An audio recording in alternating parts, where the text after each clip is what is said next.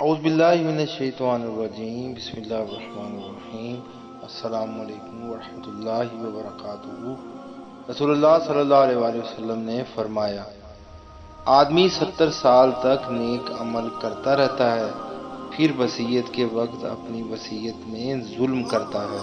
تو اس کا خاتمہ برے عمل پر ہوتا ہے اور جہنم میں جاتا ہے۔ اسی طرح آدمی 70 سال تک برے اعمال کا ارتکاب کرتا رہتا ہے لیکن اپنی وصیت میں انصاف کرتا ہے، اس کا خاتمہ بالخیر ہوتا ہے اور جنت میں جاتا ہے۔ ابو ہریرہ رضی اللہ تعالیٰ عنہ نے کہا، اگر تم چاہو تو اس آیت کریمہ تلک حدود اللہ کو پڑھو،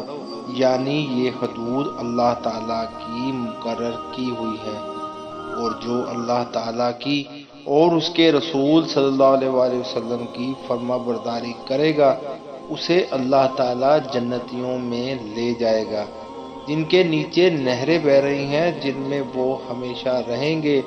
اور یہ بہت بڑی کامیابی ہے۔ اور جو شخص اللہ تعالیٰ کی اور اس کے رسول کی نافرمانی کرے